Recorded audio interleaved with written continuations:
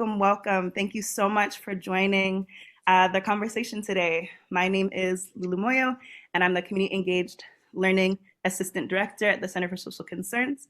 Thank you to my colleague, Dave Lassen, the Director of Community Engaged Learning, who will be helping with logistics today, helping with monitoring the chat and other logistics.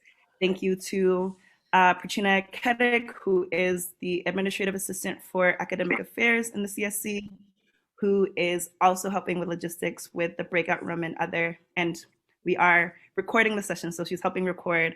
And on that note, if you would not like to be visible in this session, please just turn off your camera and feel free to engage in the space how you'd like. If you have comments, questions, please feel free to pop them in the chat anytime. Some of my favorite Zoom spaces have been super informal, where people are giving yes and other praises or things when they observe something that they like to hear. They're commenting and receiving that energy. And so feel free to engage with the chat as much as you'd like and however you want to show up. And now I would like to introduce you to our esteemed presenters. So they wear several hats and have several different tables that they participate in. But today, I'll keep their intros brief for you. We are joined by Debra Stanley, who is the co-founder of Imani Unidad. We have Amaryst Parks, who is a University of Notre Dame PhD student in Peace Studies and Sociology. We are joined by Bryant, who is professor of psychology and the director of the Social Action Project at Indiana University of South Bend. And we are also joined by Balshana Lucky, who is the director of outreach and partnership development at the United Way of St. Joseph's County. And so with that mouthful of excellence and achievement, we are so grateful to have such a mixed array of institutional academics, as well as community academics and colleagues and practitioners in this space. And we are very grateful to be having their expertise weighing in on this topic of decolonizing participatory research and how we understand it in reflection of racial justice. And if you saw in the title, we're really talking about the metaphor of getting a seat at the table and trying to reinterpret that as how we need to craft new tables. And so to lay a foundation of this conversation, author Roxane Gay says, a seat at the table means that you are part of a conversation and that you have as much to say as anyone else around the table. It's a well-known and sometimes overused and reduced phrase that has been used to assess people's access to power and decision-making in the workplace, in their communities, political spaces, etc. At the root of a seat at the table, there's an assumption that being present where decisions are being made means that the table itself, or the room the table is situated in, is somehow separate from the system that makes accessing the table impossible to begin with. At whose table should those most impacted by institutional and systemic inequities be trying to get a seat? And so through this question, we simply cannot accept that having a seat at an already formed table doesn't mean that it equates to having a voice or existing in a part of change. This leads us to the purpose of crafting new tables. So looking at the work at the CSC, there has been tons of research around interpreting the ethics of community engaged participatory research, conversations and hard work that was established long before I started working here and continues to take place. I commend my colleagues for their efforts and the community partners that work alongside us who continue to challenge us as an institution and make us better partners. However, as an institution, significant power and privilege in the local South Bend area and beyond that goes unchanged, we can't satisfy feeling as though there isn't room to evolve and add to how we operate. In 2019, as the center was stepping into the Institute's theme of acting justly a document called the Welcome Table was developed, which helps assert Catholic social tradition as a table that works towards fighting for social justice. It's a great lens for how we engage CST with our students through the work that we do in the community as well. Please feel free to check that out. Dave will be popping in a link in the chat. Some colleagues and I are currently working on a part 2 piece that helps students have access to active tools to engage in participation at these tables. So hopefully conversations today give light and ideas for this piece as well. This conversation today is an invitation to collectively explore how we can think about racial justice research together at such a historically critical time. So to talk about some of the themes, theories, and practices that will be introduced, we'll be looking at some asset-based research. We'll be using Afrofuturism, specifically the imagination theory that will be introduced by Amaryst. We'll be working with some of the work of Dorothy Roberts, as well as various voices around seats at the table. So again, we have many critical voices representing higher education as well as community partner voices in this experience. And now I will turn it over to Amaryst, who will share a little bit about their research and how this topic engages with their work. Hi, everyone. I'm Amaryst, and I want to start with words from bell hooks that sort of structure the way that I look at research and theory. She says, quote, "Let me begin by saying that I came to theory because I was hurting. The pain within me was so intense that I could not go on living. I came to theory desperate, wanting to comprehend, to grasp what was happening around and within me. Most importantly, I wanted to make the hurt go away. I saw in theory then a location for healing." I've learned that theory, which is many times the product of research, is something we all do. As a child, I would hear a noise and investigate it, coming up with all sorts of outlandish theories of what it could be. My cousins and I would always be up to some sort of science experiment, the messier, the better. And even now, if there's something I don't understand, I can spend hours going down virtual rabbit holes and end up wondering how in the world it's already 3 a.m. To me, research is just trying to understand the world around you, and it's something we all do. But research, theory, and the university system as a whole have a much more sinister history that must be accounted for before we can talk about participatory research or community research. Quote, "The American colleges were not innocent or passive beneficiaries of conquest and colonial slavery. The European invasion of the Americas and the modern slave trade pulled people throughout the Atlantic world into each other's lives, and colleges were among the colonial institutions that braided their histories and rendered their fates dependent and antagonistic. The academy never stood apart from American slavery. In fact, it stood beside the church and the state as the third pillar of civilization built on bondage. Research has been a white supremacist, a racist, and colonial tool, legitimating social hierarchies by measuring skull sizes to prove inadequacies in non-white people, experimenting on Black people without full consent, as we can see in the case of Henrietta Lacks and the Tuskegee study of untreated syphilis in the Black male. And let's not forget that it is research and theory that created race itself. Race is a social construct, and that means that race has no biological truth. It is made up by people like you and me. In Fatal Invention, Dorothy Roberts, discussing the invention of race, says, quote, "Race is a political system that governs people by sorting them into social groupings based on invented biological demarcations. Race is not only interpreted according to invented rules, but more important, race itself is an invented political grouping. Race is not a biological category that is politically charged, but a political category that has been disguised as a biological one." I bring this up because it is important to recognize that all research is political, and people who research have interests and are situated in networks and positions of power. Much of the foundational research on race in the US was done by white researchers with their outlook shaped by 2.5 centuries of slavery and ties and obligations to Northern and Southern white elites who needed a cheap labor force.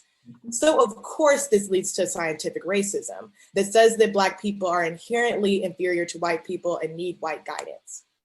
Research is not some objective, neutral, impartial thing, but it depends on the experiences, the biases, and the desires of the researcher. And in a country where being a professional researcher is in part determined by privilege and disadvantage on racial, class, gender, ability, and otherwise lines, a lot of research benefits privilege.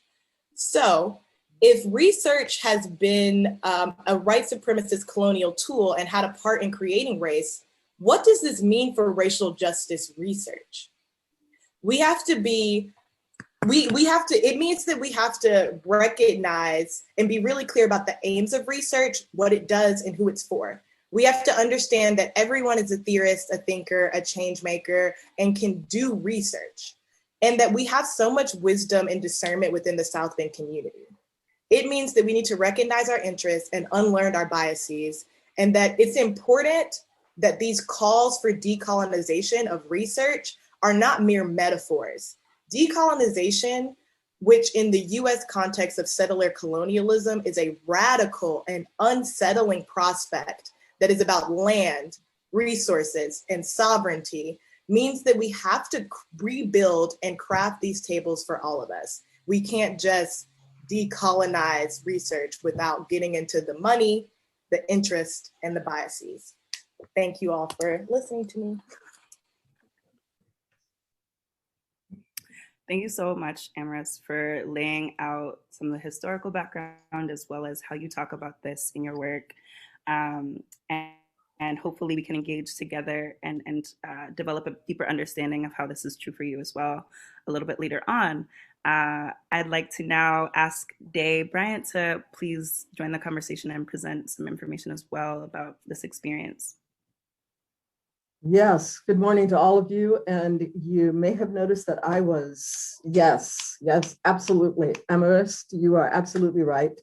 I am a full professor at IUSB, and having reached that level in the bureaucracy has meant having to fight over hurdles related to exactly the issues that Amaryst was referring to.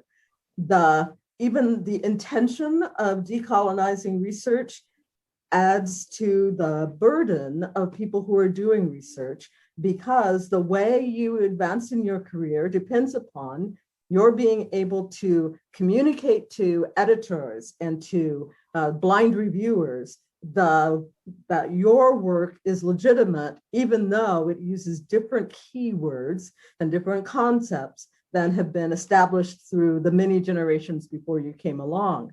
In psychology in particular, this is hard, because psychology, even in its inception, where there was a psychological theory that said that runaway slaves were mentally disordered. And the entire profession has been built on those types of perceptions. I see them in my current P103 textbooks. I see it in the way research gets done. The methodology that's accepted across the profession even refers to people as subjects and not people.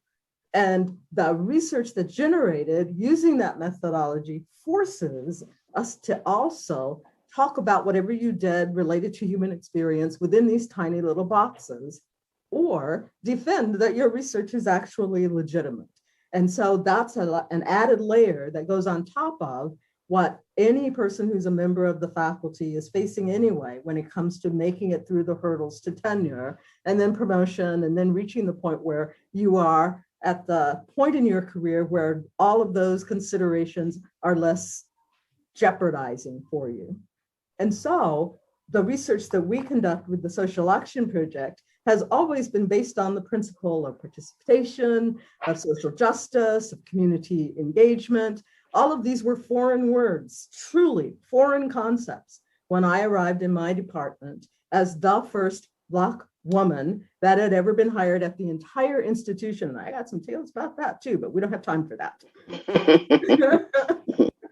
And so in addition to all the other stuff that I was doing, I was educating my colleagues, all of my colleagues, because you never know who's going to be on a PTR committee when it's your turn.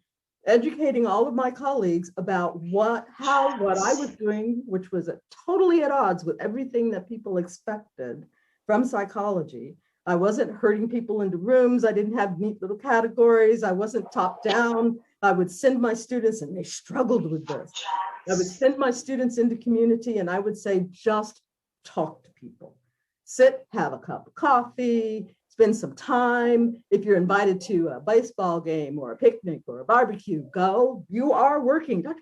Bryant, we're not working. Yes, you are. Spend time with people. Talk with them so that then we can develop a research question that makes sense in their world, and we can find a way to understand it theoretically. And when there's this big hole, that's our work. That's our work, is finding out how to fill that theoretical conceptual hole, so that when it's time for us to present our findings at some conference somewhere, it's not just us talking about some other folks who were a part of our research. We are the messengers from the people who were participating with us. And we spend time, I make adjustments as necessary. And I will say to my colleagues, so they get accustomed to hearing it, and I finally heard it echoed in a couple of places on my campus, where we change the way we look at what proof is. What is proof? How do we understand that something has changed? That's all proof is supposed to be. But in the way research has been done over the generations of academics, it's turned into this thing that's very artificial. And it's supposed to be generating graphs and charts and tables and all of that, which totally takes out the story. And that's what we're trying to infuse back in, and have been since the first time we went out into the community. So legitimizing it within the academy was part of the hassle, but the other part was, who is this person? Who's this psychologist coming into our lives? And we have a real bad history with psychologists, and psychologists have earned that history over the generations. How do we talk to people? How do we talk to people even if what I'm trying to do is I have good intentions? How do I adjust their reticence to even talk to you? You're not from around here. We don't know you. We don't know your family. We don't know what high school you went to. We don't have a context for you. And building that context takes time, and it takes consistency and showing up and being available and being vulnerable to some degree, and establishing that balance between, yes, I'm here and I'm trying to be aware and I'm trying to be available, but I'm not assuming responsibility for all the bad things all psychologists did throughout time. How to create that balance. This is the challenge. That's the other part of doing engaged research. So it's a battle in both worlds, but an important one. If we as a profession that's supposed to be a helping profession, are really going to be effective come the 21st century. So I'll pass it back to Lula. Thank you so much, Day. I completely appreciate your affirmation, and as you've said, the legitimization of community partners as researchers. I think oftentimes when we talk about researchers, it puts a positionality of the holders of the conversation and the narrative in the hands of the people attached to the institution, when in fact, if you have the capacity to question and are curious, you are a researcher. And there are so many community partners that we engage with who are, by nature of their work, researchers. And it is our work to deconstruct how we look at the positions of privilege in doing research and uplift those who are the researchers, who are the actual researchers. So thank you for that. And I hope you wouldn't mind me sharing this anecdote you've shared in some of our planning meetings, but just the invalidation that you faced as having a full PhD dissertation and that not being affirmed in the ivory tower of academia. And so you are telling us that critical work is being done, and there are people having these narratives and conversations, but their work isn't represented and their criticisms are not validated. And so it is really a discredit and a disservice that we are doing to faculty members of color who are trying to interrogate the systems. And so thank you for also sharing that in spaces as well. And so with that, I would love to introduce Debra Stanley for her comments around how she's engaging with this through the community as well.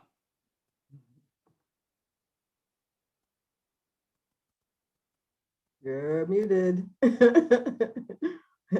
Oh, sorry, Debra, we can't hear you. Unmute. Oh, sorry. Here I am. So let me start all over.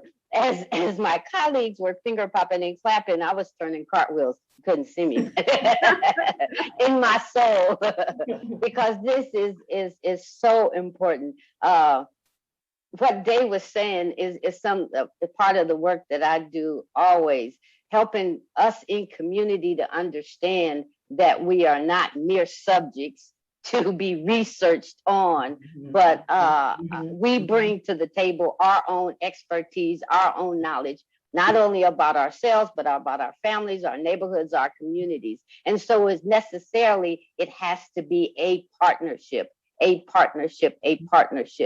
And so it's with that thought that we look at trying to determine and navigate the research, helping initially when we decide this is going to be our project. These are going to be our questions that we are in from the beginning to the end. And so we are part of the planning, the design, the implementation, every step of the way, and looking at the outcomes and trusting and living the outcomes, no matter what they are, and so that's the important, because we don't want this asset-based research to feel deficit-based like it usually does. And when we look at research and partnership, it's trying to shift these narratives and how research is done. I am constantly asking for a research partner that will really truly look at the healthy aspects of my community, of the Black community, of women's issues, the healthy, how those imperfect systems are sustained today is we get pushback. Nobody wants to fund that kind of research. You can't get tenure based on that kind of research. Exactly, you can't get published. And so that aspect of the systemic harms continue to this day. And so we continue to look for people who are really willing to go bold and really, so if you look at the Black community, and 40% of the Black community has hypertension, 30% have diabetes. Well, there's this whole 60% and 70% that are healthy. Why aren't we looking at those? How can we be healthy?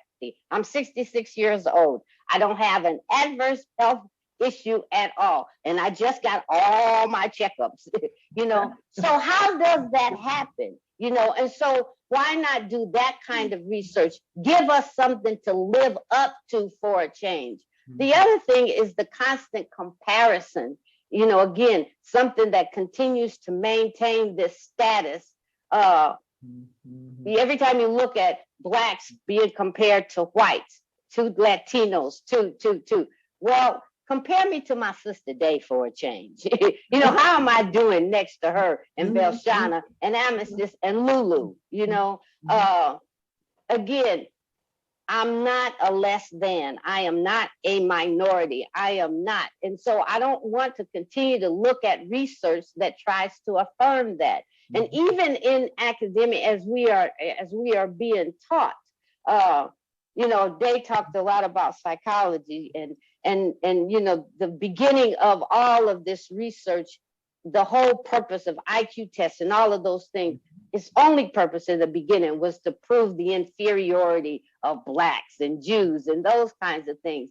And so, again, we need to break away from that. We need to clearly, honestly look at it, and naturalistic observation is a methodology that exists, but very, very rarely used. And so I appreciate Day, pushing that amongst her students. We see it done on the Animal Channel. They just go out and they look at the animals. They don't mess with them. They don't bother them. They don't try to manipulate them, you know? And so again, why do we try to manipulate people? Why do we go in with these predisposed theoretical models and set out to prove them, you know? And so again, I want to be looked at as a human being, you know, on my own terms for a change. I don't want to be compared to somebody else. Who am I? What are the values that I bring? What are the healthy based models that I have within myself? You know, and again,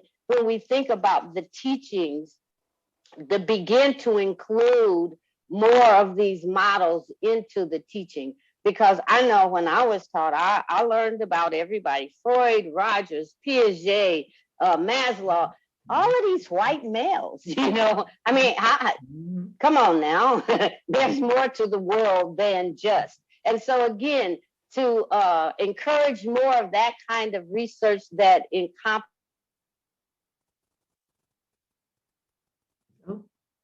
So yeah, that's the community-based aspect.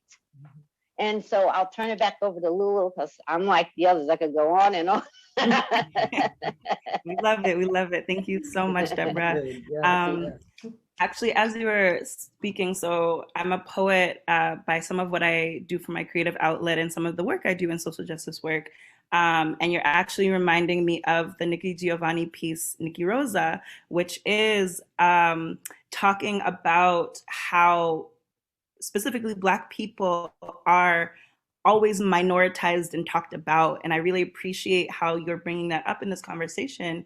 So I've linked it in the chat, and I do hope everyone takes a look. But we are so much more than a minoritized group, as well as we have so much more to offer to conversation. And so in her piece, she talks about talk about my sister's birthdays, have me talk about my memories of Christmas, of great Christmases. Don't confine me to narratives of assumed poverty and struggle and pain before talking about what I want to talk about. And so thank you, Debra, for also asserting that we can't make assumptions about the communities that we want to work with, and that we cannot confine them to what is observed, the narratives that are present currently, but we actually have to let people tell us what they want to be talked about with us.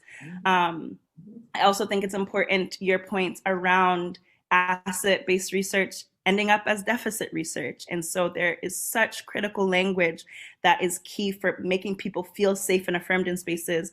And oftentimes that is neglected and not observed in ways that actually make people feel like assets and a part of viable communities that are not, again, minoritized because we want them to be minoritized. So I really do appreciate your lens there. And then lastly, but not least, I will bring Velshana Lucky to the conversation as well. Hello, my friends. And I do have a timer set to move quickly, and I'm going to show some slides, but I do want to take just a couple of minutes to say thank you to all of our speakers and for everybody who's on this call. For a very kind of selfish reason, I have my dear, wonderful Kate Brown on the call, who is our first full-time self-healing community intern. She is our self-healing community coordinator, and next year she will be on staff fully. And I just, to be able to have her on this call, hearing these wonderful voices is really going to be important for the work that we're doing in self-healing community. So again, thank you, ladies. And I hope that this will be a start of many more times that we can be in the same space together. So to move, I have a little over, yeah, I'm going to move fast, but again, hopefully this is an introduction to something we'll be able to talk a little bit more about. So self-healing communities is something that has been in the works since I met Dr. Nancy Michael. We started just talking about like brain health and different things of that nature. So we now are official. This is our logo. We're so excited. It's been about 5 years in the making to get to this point, to create this meta leadership coalition. Meta leadership means that there is no one organization, 2 or 3, who are viewed as leaders, but more than anything, we want every all citizens in our community to see themselves as experts in this self-healing community, that their voice, everything that was said previously about the table, not only just that there is a table that exists, but there's one that we're going to create with this thoughtfulness about how we think about one another and what we bring to every conversation. And so the unique thing, self-healing communities is something that is going on around our nation. The first example is Washington State. Their counties, they're very dedicated to this. But the one thing that's unique about our self-healing communities effort is that there is this emphasis on the neurobiological care of our human species, us as people, and how we are interconnected. And this is done because of the partnership with Dr. Nancy Michael and her wonderful students, and the internship program that we're able to have because of our grant we received through Beacon Community Impact. This is a definition we won't have time to go into, but I just want to highlight where it says community members. We really believe that as community members, we can be experts in the care for one another and shifting these systems. I always like to say that the system isn't broken. It is doing exactly what it was intended to do. It is just up to us to decide. We don't want to fix the system. We want to create a new system. And that means bringing everyone into the conversation and valuing them for everything that is brought. I have lots of stories I could share, but I want to end with this. We cannot have self-healing community, friends, without self-care. If we never seen it before, the impact of what has happened in our society, from systemic racism to this pandemic, we all are dealing with some stuff. And so all of us oftentimes who care for our communities, we do a really good job of neglecting ourselves. and I am still dealing with some of the health issues that still working through some. So I have a new Bendable. I hope that you will go see it, joinbendable.com, and it's resources all about self-care and elevating. We can't do self-healing community without making sure we are caring for ourselves in a beautiful way. So thank you so much. I went over slightly, but thank you for the opportunity. And I just want to invite everyone, if you take everything that was said today, and at the foundation is this self-healing community, moving from trauma aware to trauma sensitive, to trauma responsive, to trauma informed organizations and families and community spaces. I think it will be a little bit more acceptable to face some of these things that have just been too difficult to face, because we'll be thoughtful about the care for one another. So thank you so much, Lulu, for bringing me to this invitation. Thank you, ladies, for allowing me to share this space with you. Thank you. And Botswana, you are amazing at timekeeping, because you are right on time. Thank you so much. And I really do appreciate you harking on the neurological side of harm.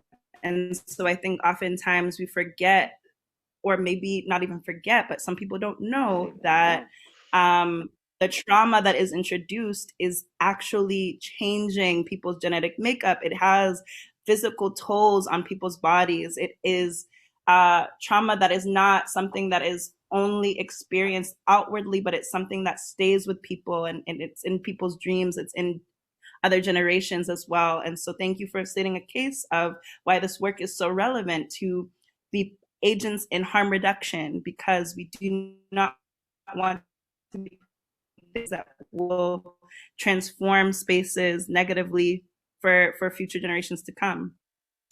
Sorry, I think my network is in and out, so sorry if I'm pausing. But again, I also appreciate your segue into conversation about how this creates new systems. And so self-healing communities, to me, feels like a perfect example of how we craft new tables.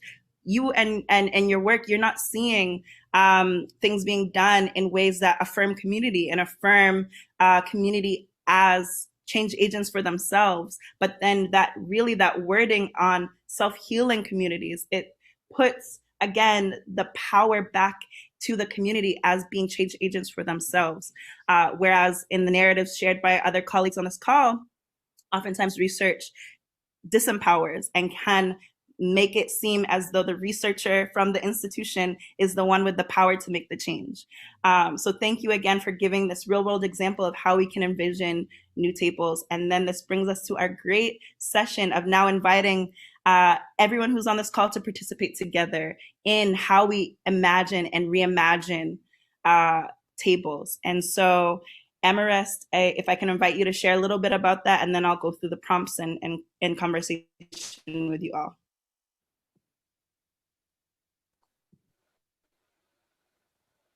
Hello again. So I study imagination, and I do this with high schoolers in Chicago. So I love the topic of imagination, whole life dedicated to it now. And I like it because I love talking about how we can collectively build futures that work for all of us, especially when that all includes folks whose communities have been marginalized by white supremacy, settler colonialism, capitalism, etc. And when we include all beings and our generous Mother Earth in that all as well. So I want to start with a quick short poem that I wrote entitled Impossible Dreams. The future came to me and said, "Give me your impossible dreams. I know I can feel like an endless horizon, eluding even the faintest touch, but tomorrow is just what we create today. Don't be bogged down by systems and structures. Even the hardest clay can be molded. Even the earth must yield to the water, and even tomorrow is yet to unfold. And when you think you've reached the horizon's end, imagining my embrace in fortune's dividends, know your journey is not over, for the end of your understanding is just where I begin." I start with this poem because imagination can seem like an untouchable subject, but really all I see imagination as is interested in how we come to create and understand futures. I'm most familiar with and grounded in Afrofuturism, so I'm going to give you a quick definition of that. Afrofuturism is an intersection of imagination, technology, the future, and liberation that redefines culture and notions of Blackness for today and the future. Both in an artistic aesthetic and a framework for critical theory, Afrofuturism combines elements of science fiction, historical fiction, speculative fiction, etc., with non-Western beliefs. And in some cases, this is an in total re-envisioning of the past and speculation about the future, rife with cultural critiques. I bring this up because for me, imagination is a way to get at the heart of what we know to be, how we know it, and the consequences of that. Imagination in the realm of racial justice might critique individual structures like the US prison system, or acts of police brutality and anti-Asian racism, and trace steps to a world without racial violence. In our case, we will be considering how community research can investigate, promote, and enact racial justice in our South Bend community. In talking about abolitionist alternatives for the prison industrial complex, Angela Davis says that an abolitionist approach would require us to imagine a constellation of alternative strategies and institutions with the ultimate aim of removing the prison from the social and ideological landscape of our society. So imagination is the creative work of building societies and cultures where we wouldn't have racial injustice at all. This means that we have to answer a few questions. What is racial justice? What does it look like? What does it feel like? What does it mean to do research in partnership? What is the structure of the world when we change the way we do things? And so to just end really quickly, I want to offer a methodology for the future, which is freedom dreams. And this is a concept embedded in the African diasporic experience, but I do encourage everyone to dream because dreams belong to us all. So freedom dreams include spirituals that functioned as maps to the North, Harriet Tubman's desire to free herself, her family, and as many others as she could, the dreams of civil rights and human rights activists, and the current dreams manifest in the shouts of Black Lives Matter protests and riots. So basically in Freedom Dreams, Robin G. Kelley talks about the importance of dreaming. We must tap into the well of our own collective imaginations to do what earlier generations have done, dream. Trying to envision somewhere in advance of nowhere is an extremely difficult task, yet is a matter of great urgency, Without new visions, we don't know what to build, only what to knock down. And we not only end up confused, rudderless, and cynical, but we forget that making a revolution is not a series of clever maneuvers and tactics, but a process that can and must transform us. So I invite everyone to dream and imagine together. And whenever I hit an imaginative wall, I like to think about how my ancestors' impossible dreams and how they dreamed a way for me out of no way. So don't be afraid to give the future your impossible dreams, because they might just be more possible than you think. Thank you all, and I'm excited to be in conversation with you. Yes, thank you. Thank you, thank you. That was beautiful and powerful. And thank you so much for also sharing your beautiful poetry as well.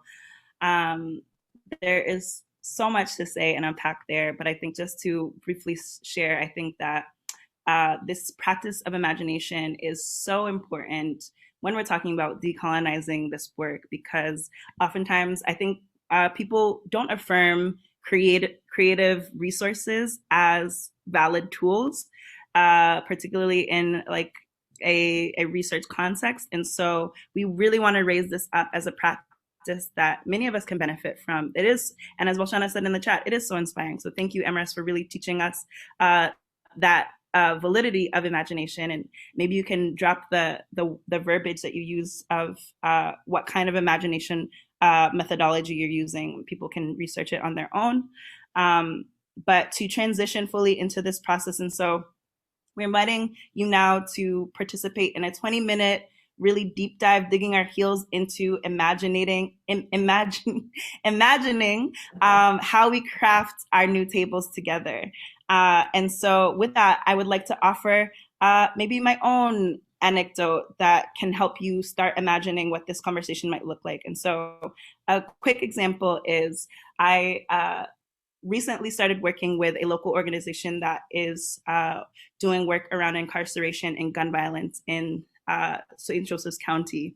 And although this work has been really interesting and engaging, and they've done amazing things, and I'm still participating with them, one of my first meetings with them was on preparing for a meeting to introduce ourselves to the Fraternal Order of Police president in the area.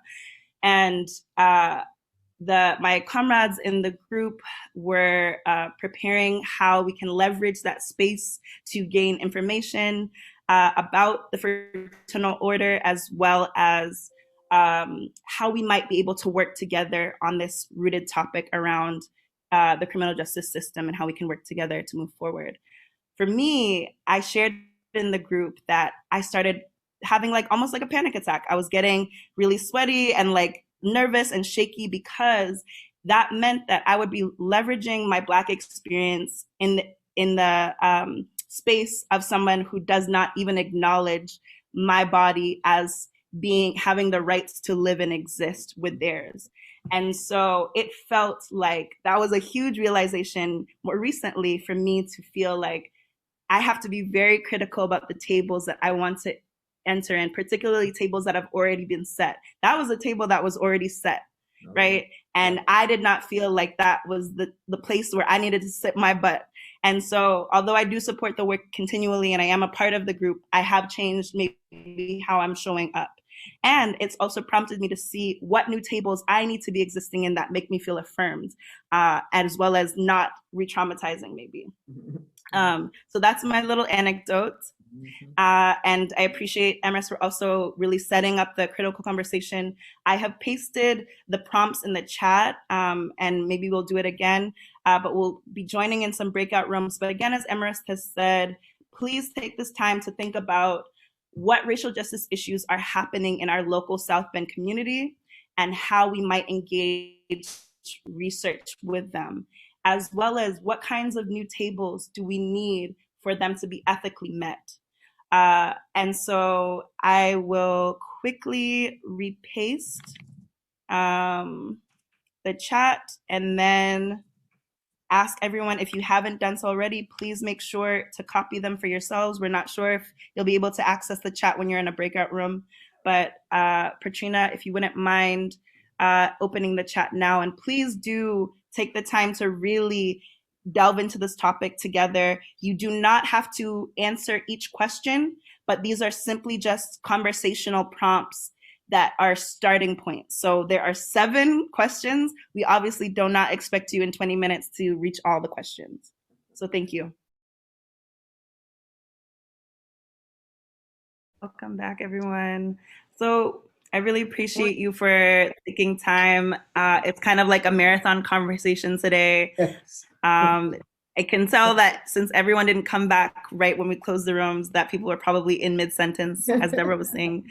Like, there's not enough time to cover everything, but that's also a good sign that people are enjoying this conversation and really taking the most from it. So really appreciate you. Thank you so much.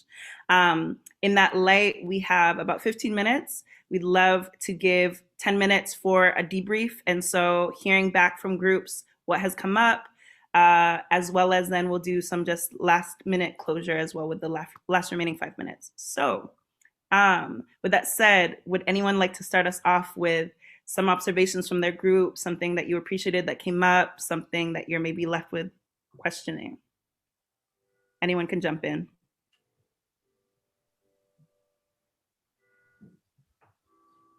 Well, I can jump in to say that that Carl and I talked about the work that Broadway Church is doing and the really intensive approach they've taken in terms of talking with people and understanding their issues and their situations, and using that as a way of being able to, as a mechanism to better understanding what the needs were within populations. And then talking, and I was really pleased to hear that the interns that have been working with them then went on into related fields in order that they can take that knowledge and those processes that they've learned and take them into some of these structures where there are already tables created, and therefore could talk about, so how do you rethink how we operate here within these existing institutions?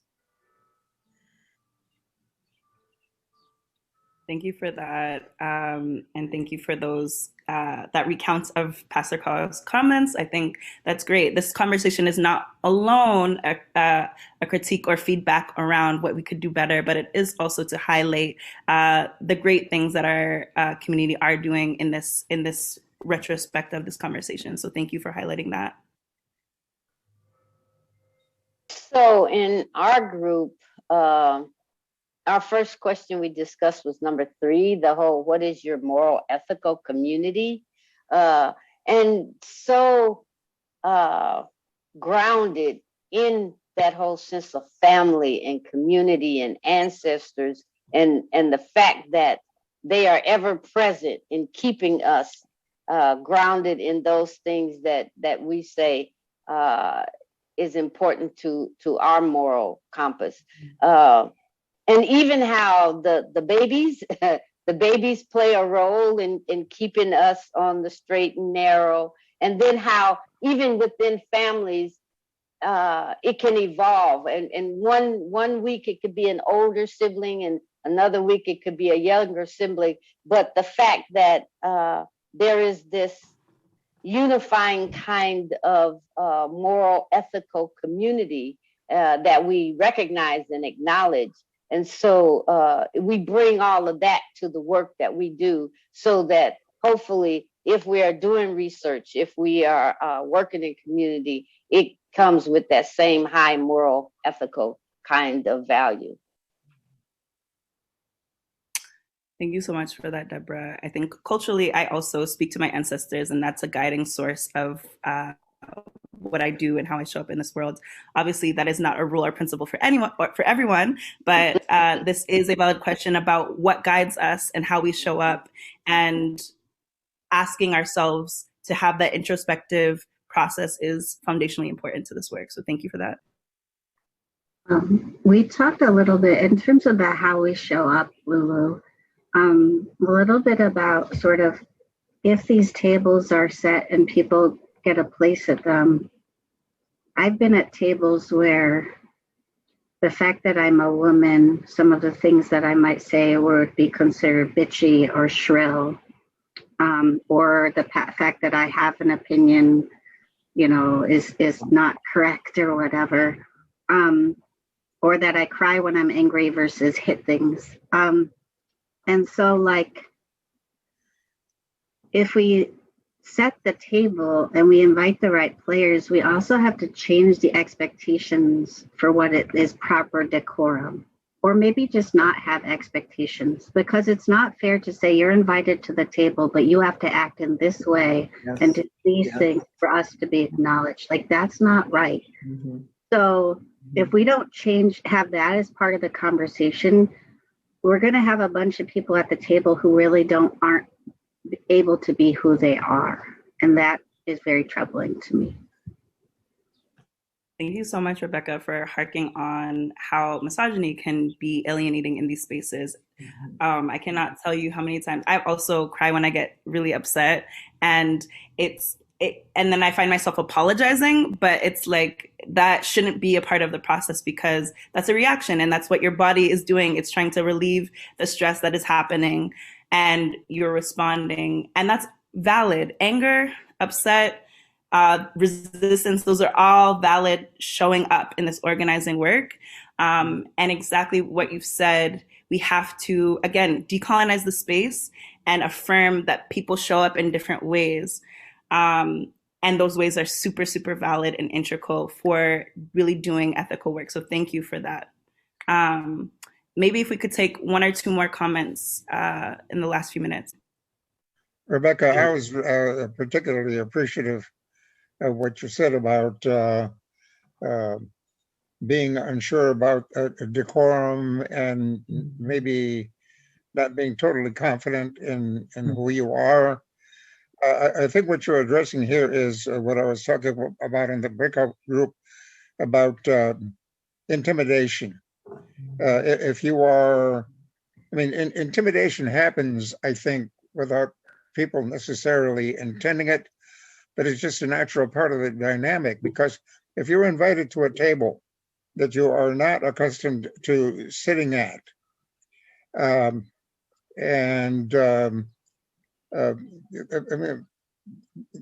with people who you don't know, and you don't know if you should feel threatened by them, encouraged by them, you don't know what kind of response you're going to get. And that in itself is kind of intimidating. And I think we have to recognize that dynamic, and those who do hold the higher status, shall we say, those who do hold more power, whether it's economic, political, whatever that power might be, that they have to be conscious of that dynamic and be inviting to those people who might be intimidating, so that they can be heard. Thank you so much. Oh, please. Yeah, please go. Okay. I am Brother Sage. I am the husband of Charlotte Pfeiffer. Okay. Yeah, I do agree with you, but the one thing we all have to understand is we're not here to push ourselves. We're here to build a community. Now, for example, I'm strong on Afrocentric self-development, okay? And that starts with us putting in place a value system. That system's been in place since 1966. Most of us don't even know what that system is, okay? But it's working because every year, the population of folk who join in with Afrocentric self-discovery multiplies, okay? Now, we can have a table, we can sit in it, but it all boils down to three things: establish a rapport, build trust before we focus on issues. Most of us can't use that model because we're into research, okay? I'm into understanding. And I think if you were to learn about the African-American experience from people who have experienced it, it makes all the difference in the world. Thank you so much. I think Brother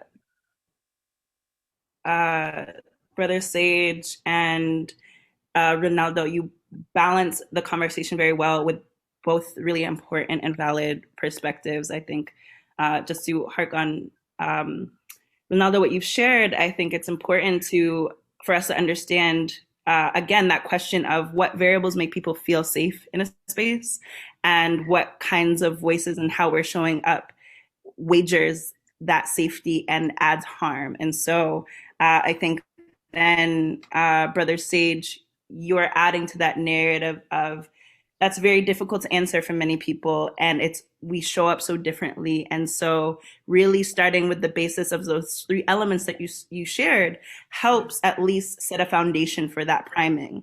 So I really do appreciate those comments. Well, let me make it simple. I think with that, let me make it sure. simple.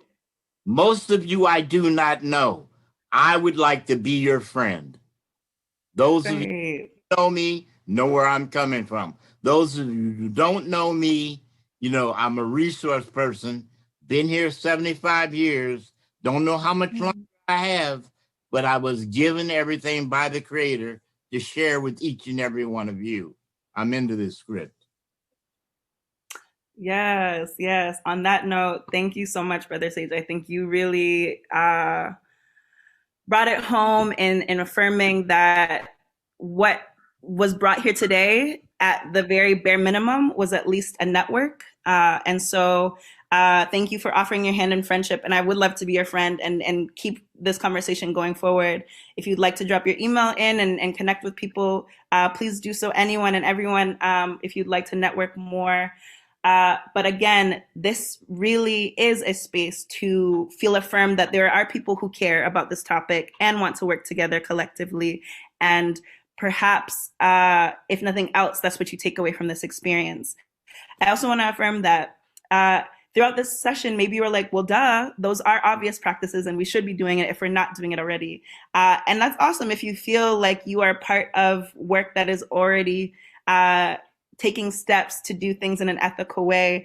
But I think, again, you had 4 critical voices that were saying that they're facing this still, and they're feeling isolated and are not safe at the tables that are created. And so that in itself is research, and that in itself takes a precedence, and we need to listen and sit with that and be responsive to that. There are other voices in this space who have also said and acknowledged that they haven't felt safe and acknowledged in spaces around social justice and racial justice even. So we've had different examples that really call for critical conversation and action.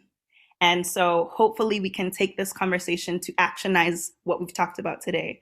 And so just to recap a little bit, I couldn't capture everything we've talked about, but this will be recorded. This is recorded. It will be up on the site. You can look back at it. But some takeaway points would be that we need to consider asking for a seat at someone else's table. And so whether it's creating a new table or harking on existing tables, we need to also think about getting a seat at someone else's table if it feels appropriate, when and if it feels appropriate. Some tables are exclusively for those people, but when and if it feels appropriate, we need to ask for a seat to listen, learn, collaborate, and to understand the other forms of social and cultural capital that others offer. We need to value imagination in the process of crafting new tables and equitable tables. Allow people to think outside the box and outside what we affirm as change-making opportunities. Tables that don't only represent the community. We need tables that don't only represent the community, but also reflect the broad diversity of the community. And lastly, validate community partners as researcher. Always and forever, validate community partners as researchers. And so with that, I would like to quickly in the chat pop in some links. I know we are at time, but please forgive me. Those following links are some examples that came from the community partners and colleagues that presented today. Nat Ministries was from Valshana, which is really advocating and bringing home the sentiment on self-care as also a needed practice in this work. Bringing Your Own Chair came from me. It's a website that is a new installation project where people are connecting with youth around how youth can craft new tables and how they understand this topic. The TEDx Mile High is an example of how we can strengthen our imagination tool. And so if you are feeling like your imagination is dwindling, sometimes I feel like that, maybe you can try to tap into this resource, and there's so many others. And the Bendable link is the link to Valshana's new Bendable collection that she mentioned in her presentation. And so those are some great resources. With that, I'd love to say thank you so much for joining the space. Thank you all for being wonderful participants and showing up with your full selves. This was a wonderful conversation, and let's continue to do the work.